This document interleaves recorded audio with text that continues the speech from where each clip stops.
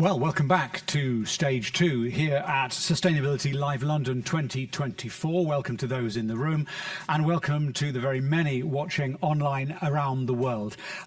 If you haven't done so already, then do please download the app. It's the best way of asking questions. They come straight to me.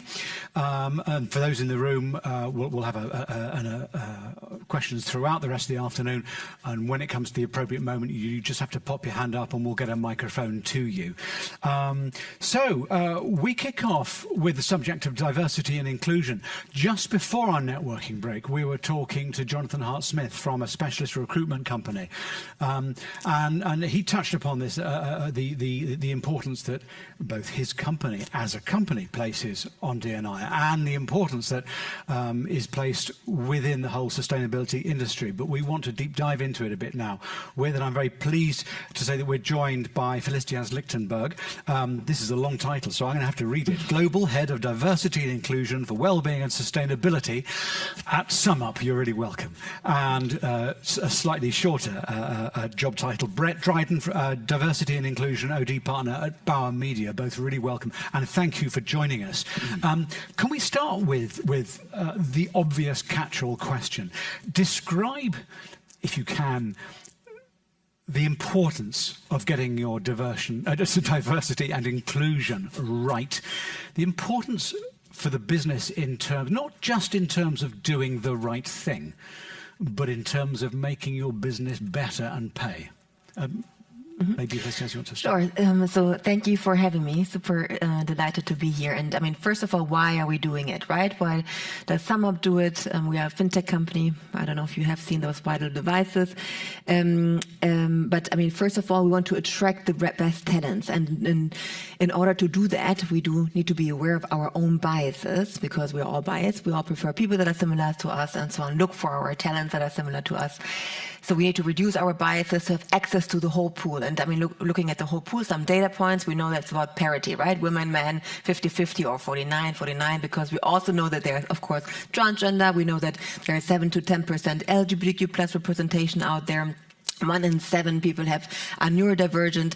So if we only look at one particular type, age group, color, skin color, gender, we're missing out on the whole pool of talents, which is a big miss, and we therefore can't find the best talents, right? And we truly believe only if we're diverse can we understand our merchants' needs best? Can we come up with best products, services, solution for our merchants? Because we bring in different perspectives, right? But only if we have the safe space. If people are allowed or empowered and feel safe to speak up, to challenge each other, to raise red flags. I mean, coming from commercial marketing, I know often also in teams, you know, how the dynamics play out, how often not a red flag was raised because of maybe people were afraid, right, to be the bad cops, let's say. But I think that's really, really important. And I mean, obviously, and I think you'll say something about the business case, but for us, it's just the right thing to do, right? I think business case is out there. We hear some numbers in a bit. And it's a human rights issue. It's just the right thing. And what we do if the business, was not there, I mean, just focus still on one particular type. I mean, of course, that's not the right thing to do. And Brett. Yeah, so the OD part, just to make my title longer, is organizational development. So it's about taking this right thing and doing the correct thing with it, and really building it in. And we know, purely from a numbers point of view, if you want to get into it, I think McKinsey did their Diversity in Business report last year, which is a good read if anyone wants to read it. But what they found, I think over 1,000 businesses in 12 different countries, I think, that the top 25% of those businesses for profitability were also the most diverse businesses, and the bottom 25% were the least diverse of all of these that they sampled. And we also know things like there are formulas around. I didn't come up with them. I just enjoy reading them, that kind of person. But you can actually work out how much productivity is lost per disengaged, not included individual. So I think 96, Raytheon said 10%. I think Gallup, I looked just before this, up there to 18%. But productivity lost per individual that doesn't feel engaged at work. And if you've got 5,000, 10,000 people that work in your business and they're not engaged, that is an actual, it's literally just pouring money down the drain. So you have the moral imperative where we absolutely have to get this right. But we also have the part that if you want to succeed as a business and have longevity and sustainability as a business in a marketplace, be the biggest player in that area, you need to get the diversity correct, or you're always going to be on the back foot against someone who has got it right. Can either of you give any tangible examples of how getting your diversity and inclusion right has actually not just been the morally right thing to do, but has actually generated more profit, more opportunities, more diversity within your business framework? Yeah, I mean, for us, we're a media company, so we do radio and publishing. That's predominant what we do. And the UK is a diverse place to be. You know, it's not what it used to be however many years ago. You look at the recent census, sorry, I live in data, so that's kind of what I talk in. But when you look at just how diverse the UK is, that is our target audience. And the only way that we can give them content that is relevant is by having content creators that represent those people looking to us for content. And we've seen it with a lot of our publications already. You know, when you do content that is authentic and relevant to various groups, the sales go up. It's, you know, Vogue, because I'm talking magazines, when Vogue started doing it deliberately with their new editor-in-chief, and they've actually made a commitment to have diversity, I think their sales went up. It was only 2% immediately, but over a long period of time, no one's going to turn down 2%. So it's very visible when you get it correct. And even just the quality of work that just tends to be more consistent, because people tend to be more cohesive. They tend to work better together when everybody feels that they're giving that they're valued equally. So that's something we've seen directly in either our listeners in our radio stations or purchasing of our products. Well, as you say, a very public-facing company. You sum up is, of course, very public-facing, but in a very different way. Have you got examples? Yeah, I mean, referring to the productivity that was just mentioned, right? I think what we are trying to do at SumUp, of course, is coming really from the top. So having leadership support and visibility. Our founders are super in favor of diversity and really support it. And what we're trying to do is, one, also understanding our data, right? So what is our representation? What is the census? Where is our gaps to understand, are we biased or not? And are we missing some, you know, talents, for example, or opportunities here? But also I think it's super important to listen to our people and SumUpers, and then in order to increase productivity again, we speak about racism, we speak about neurodiversity, we speak about domestic violence and abuse, LGBTQ+, of course, mental health, right? So in order to engage everybody, we need to bring everybody to the different, to the same table, and bring in intersectionality and listen to each other, listen to the struggles someone has faced. Even, you know, I mean, can be a person from the Black community, from the Asian community, can be a man from the white community, right? Who is perceived as having super many privileges, but also having had various life challenges in their life. So I think that is really important to engage everybody to the conversation, to listen to each other and create empathy, to listen and learn, and then, yeah, strive together, right, and take action together. Yeah, this is a real theme coming out today. Earlier, stage 2 here was talking about how all staff need to be engaged in sustainability and ESG throughout the company, for retention purposes, to keep them motivated. That's what people want when they come to work, increasingly. And that level of engagement that you describe here is clearly vital to help retain people of all walks of life. Yeah, and also making them proud, right? Making them proud and making them feel belong at the SumUp, for example. And you will see, I mean, I don't know, you probably have done similar things, initiatives in your organizations, but the impact that it has on people, if you really mean it, right? If you really take time to listen. And we have, for example, had a mental health talk, where also one of our founders participated, and people from different groups, from Black community, from the also transgender community or LGBTQ+ community. And when they share their life story and being listened to, someone from the autism community, when we spoke about neurodiversity, was crying in front of 500 people. She's like, wow, it's the first time I feel seen and recognized, and thank you so much for this, because we are stigmatizing these topics so much and not taking it really serious. And I think some companies have understood it, which is great.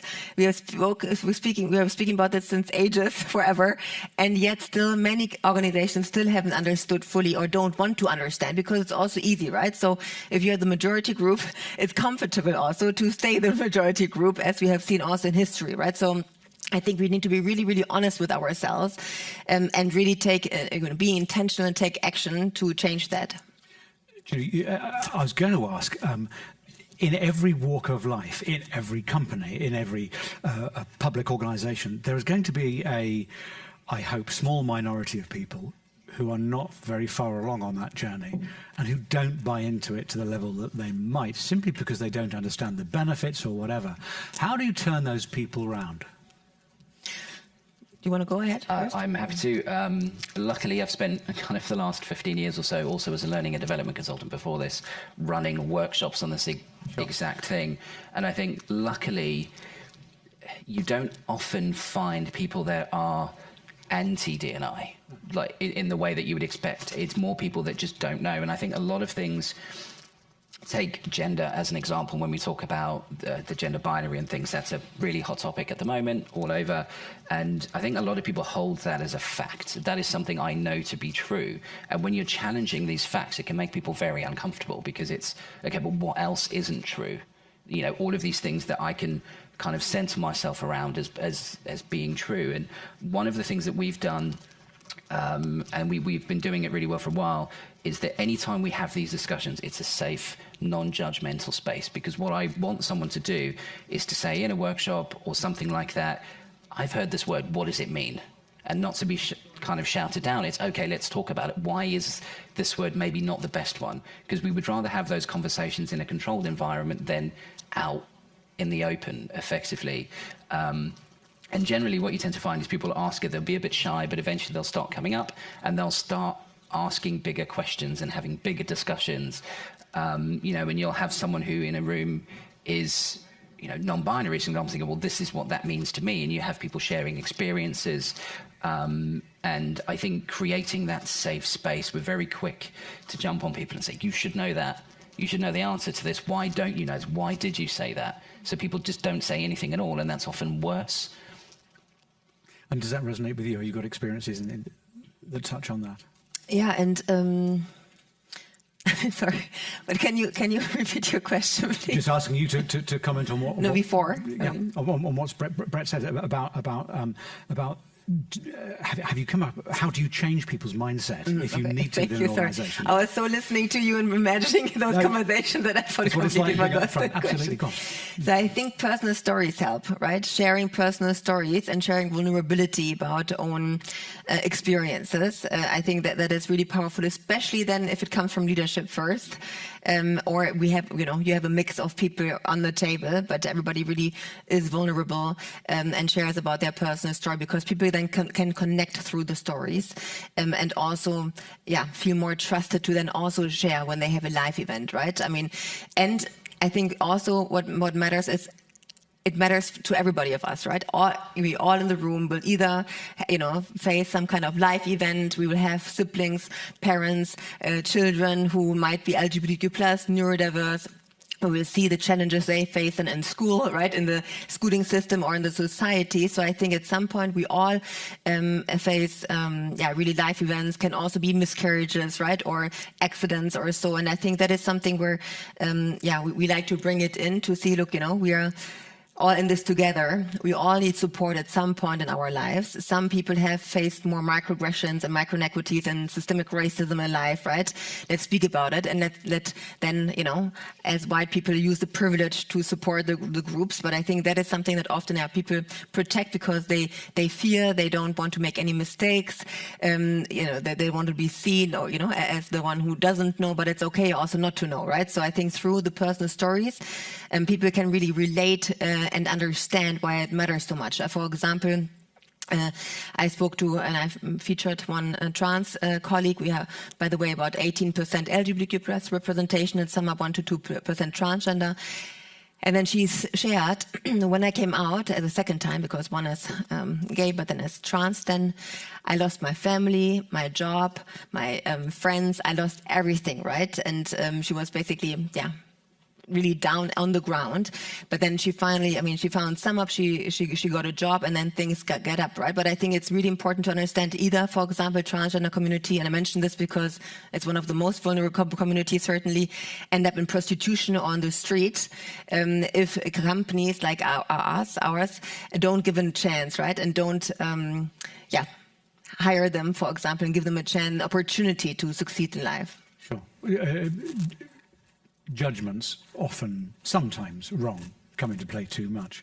I'm going to ask her some questions in just a sec, but I do want to just continue to set the scene by asking, is it possible to say what groups are particularly underrepresented, particularly in the sustainability field right now?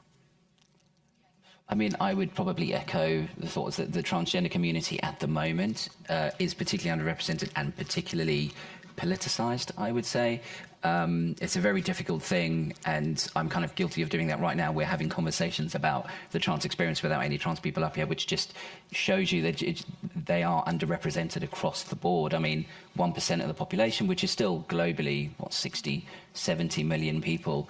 But when you have a society that is slightly pushing back on that at the moment, I think we're seeing this kind of deliberate effort to try and restrict trans people in the UK, at least at the moment, that affects how they work, it affects where they can work, it affects pretty much every aspect of their life. And I think because it's not something that you can just hold back, I think it becomes really difficult for people to be genuine and authentic. So at least from what I've seen in my kind of history in the finance sector, and media is slightly different. Media is a bit more dynamic, a bit more creative. So, you know, we, again, about 1.2%, the same as SumUp, but it's really difficult for trans people at the moment to get a foot in anywhere. So that's what I would say. Yeah, and I just add, I mean, any group, yeah. I mean, looking at gender, we are still nowhere near we were should be. There are actually countries where we are at parity, right? Also, where, you know, it's 40%, 50% female share representation when it comes to computer science graduates. So that is, I mean, countries exist, right? It's our culture, it's our societies that shape that as well. Where, for example, I think Germany, UK are probably countries where it's not that high, for example. But there was actually a time where Germany and India were at the same level when it comes to female share representation and top management positions. So there are countries out there where it's possible, but also, of course, if you look at across the board, right, the black representation, Asian representation, I mean, globally again then. And then it depends also on the representation of the countries, right? So some of, I mean, we're of course in Europe, but also Brazil, LATAM, so Brazil, Chile, Colombia, US, and obviously various other countries. But ideally, we should represent the societies that exist there. Obviously, there are some requirements we need to check. And there's a long way we still need to achieve. I think you've raised a really, really huge point, and it's difficult, and I don't know what the answer is. Have you got the answer? It's about It's about the imposition of judgments on what some countries say should be the norm, is the norm, onto other cultures. There's a really difficult cultural dimension too. Now, how do you bridge that? Is that do you have to rely? How we need to make sure we're sitting here in London talking about values that absolutely resonate here in London. We have an international audience watching with cultures, with a whole variety of cultures. This is where the subject of diversity and inclusion, is it difficult? Is that a minefield? So I think 2 points that come to my mind. One is, I'm actually based in Germany, but I used to live in London here. So if you speak about the UK, I think you need to, we all need to focus on what is in our circle of influence, right? And it's easy always also to, look across the ocean and say, these countries do this and this. But I mean, we have work to do here, we all, and I mean, we can start in our meetings where maybe we've see, a certain group, let's say, which because it's more often the case, women get interrupted, there was mansplaining or being judged or commented. I mean, there we already can start taking action and challenge those micro inequities, microaggressions. And this already would, be a tremendous success if we actually really take it serious and then challenge those biases that play out if we do intentional hiring, if we support, people that have also caring responsibilities, for example, or not target 45 plus years old in maybe voluntary leavers program, right? Because we want to get our organizations younger. So there are plenty of work I think we can all do in UK as well. And what we do, what I did before in my in a global role, but also now, we have a global strategy, but of course they're local market specific. So it's very different in Bulgaria, the work that we do than in Brazil. It's still similar because we have our values, we have again the global strategy, and there are some local markets adjustments. Where, of course, also, we mentioned LGBTQ+, we know that obviously there are some countries where it's also illegal, right, to identify as such, and obviously then we need to be a little careful. Yeah. Problematic, difficult, what's your... Yeah, I was just going to, you said at the end, Ashley, so where I used to work was really global. Currently, where I am at the moment, very much Europe, Scandinavia, the UK. And one of the things that I got asked to do a few years ago was they said, would you mind helping with our Pride communications for SAMEA, which is Russia, Saudi Arabia, a lot of those countries. And it never really dawned on me until that point. When you're a D&I champion, I think I was helping lead an ELG at that point, which many of you might be, you just do the right thing, you're begging your companies to do that. But actually, we need to be very hyper aware of the safety of individuals. That has to be paramount anywhere. And I would love, for the whole world to be open to transgender people, to LGBTQ, to have, things that address racism. But we need to be, in certain markets, you do have to be hyper aware that actually it's not a case that you have to be very careful, because there's laws, there's all sorts of things that might impact the actual safety of individuals. Which is why this is probably a slower process than it should be to address. But, like Felicita said, it's our sphere of influence that we really need to focus on. And hopefully that spreads wider to then kind of bring more allies and more people on board. Sure. Are there any thoughts from the room? We've got a microphone somewhere. There's a couple of people in the centre of our room, and we'll come to as many as we can. Mm-hmm. Yes, thank you. Hello, is that working? Yeah. Hello. Thank you for your insight so far. I'm really curious of how you balance attention between like a business policy versus what you feel is the most inclusive way to work. A good example being the return to office that we're seeing now, which discriminates against people with caring responsibilities, various different neurodivergencies and everything like that. So really keen to hear about how you cope with that. I can go, yeah. Okay, then go you first, then I go. Yeah, obviously, it's a really difficult thing because you have a business need that is often the first thing you talk about. We have a business need, and that has to work. What we tend to do is we have a really open kind of pathway of communications with our ELGs and their leads. So anytime we have a policy, anytime we have a big change, we have a new office being built, whatever it might be, our ERGs are there from the beginning all the way through. They might not necessarily dictate what we do, but they let us know when things aren't quite right. Or, do you know what would be really good is if you could do this instead. So I don't know if a lot of people have got those booths, those pods you go into work. Some of them have got steps up. Yeah, well, that's actually not that inclusive, but unless you had someone who, with that experience, actually testing it out, you wouldn't know that. The same when we did our fertility policies and our antenatal ones. We had our gender equity network actually go out to the communities and get feedback on them before we release them, so that we can make sure that as best we can, there's a balance between community need and business need. Sometimes that just doesn't happen. Sometimes there is a business policy, it comes from the top and that's what you have to do. But I think we have really good people and culture teams that make sure that if something isn't right, there is a way to tell us and there is an avenue to change if it fits in with what we do.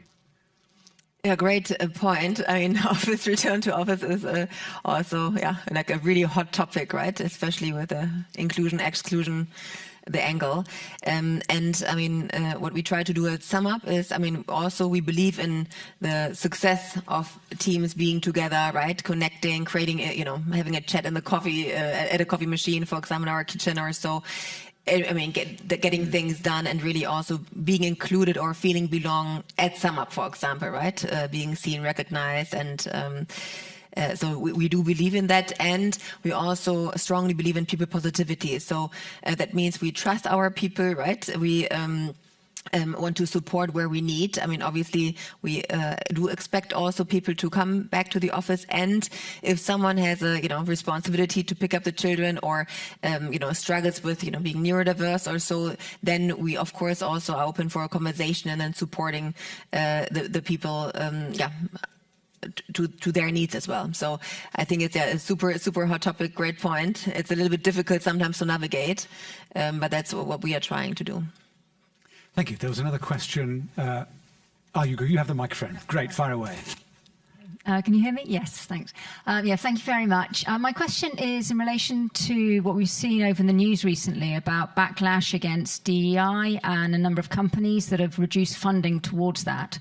It'd be really useful to have your comments on what the impact and the direction of this is. Thank you.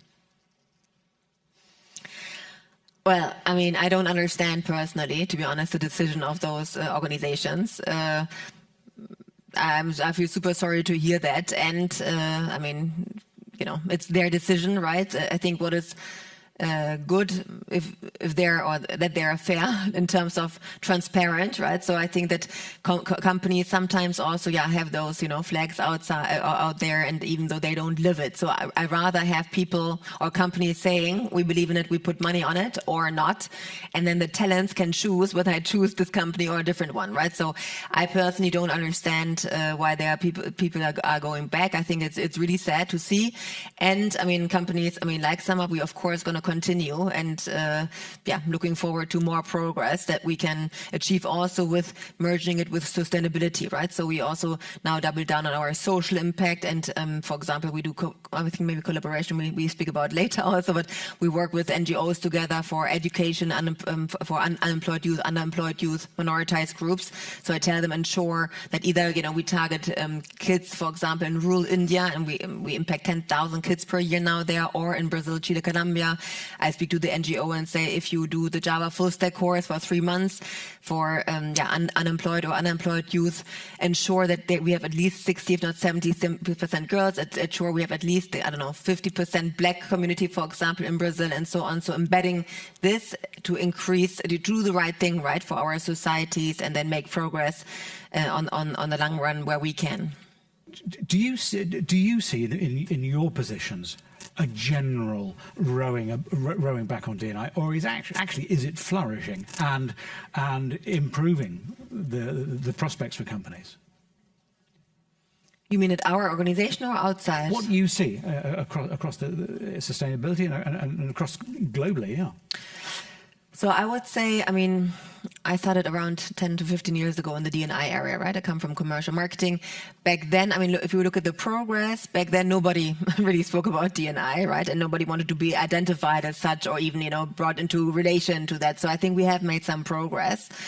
Where we found now, voice of allies, where they are proud also to step up and so on. And having said that, I think the progress obviously is not strong enough, because also with the whole AI and the tech area coming in, we're going to have an even bigger challenge, probably looking at gender diversity, for example, in future as well. So I think if you look at now the media, you mentioned some examples, but also, there are various other companies where always the press, there are some press releases about toxicity, companies not being supportive if someone comes back from parental leave, for example, about people using words that they really shouldn't, because that's, racist. So I think people still, again, haven't really understood why it matters so much, and potentially don't take those actions super serious and hire the best talent that they can, also for the ESG or D&I role, that then actually talent that can move things as well in the organization. Because I know some companies, it's a little bit fun fact, but they're looking for D&I talents, right, or people that can drive it. And I had a conversation with them before, and I was like, are you sure you want to do that, right? Are you sure you want to drive D&I forward? Like, yes. But at the end, it turns out that they are not ready at all, that they don't want to. So I think we really need to be really reflect on our biases and be honest, because it can be uncomfortable, right? So we all, are brought up, it's a little bit psychology now, in certain ways. We have certain values, beliefs, right? What should a person do, man, woman, or whatever, right? And then if the society or the new movement, which is not new anymore, but let's say pretend it's new, disrupts our own values and upbringing, it can get a little bit uncomfortable because we don't want to be questioned, right? Because we think the way we live is the right thing. And obviously everybody can live the way they want to. And they also need to understand that there are different ways, different options out there. And I think, this is still, we are not quite there yet. Not there yet.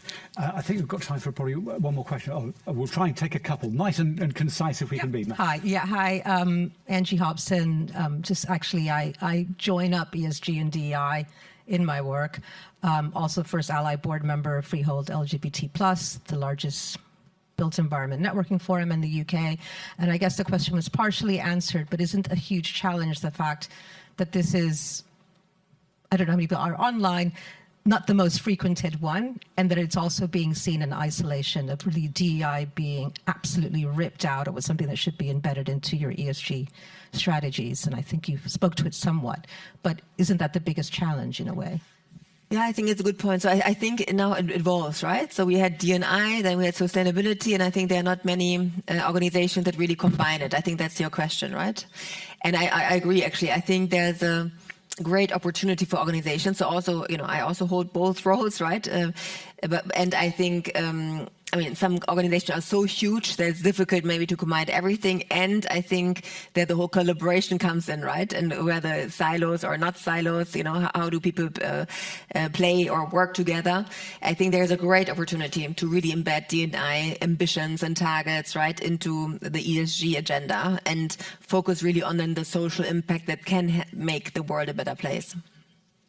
Yeah, I think it's weird because a few years ago it would be D&I was sitting within HR and people hated that because it had to be its own thing. So it moved out of that. And now it's moving back into this sustainability, ESG.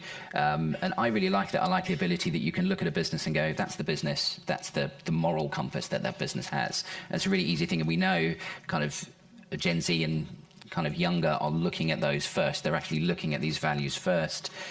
It's quite a privilege, actually, just acknowledge that you can choose a business over values as opposed to salary. But I think with the EU's new sustainability reporting standards that are coming in 26, sustainability is kind of being used interchangeably because you have social sustainability.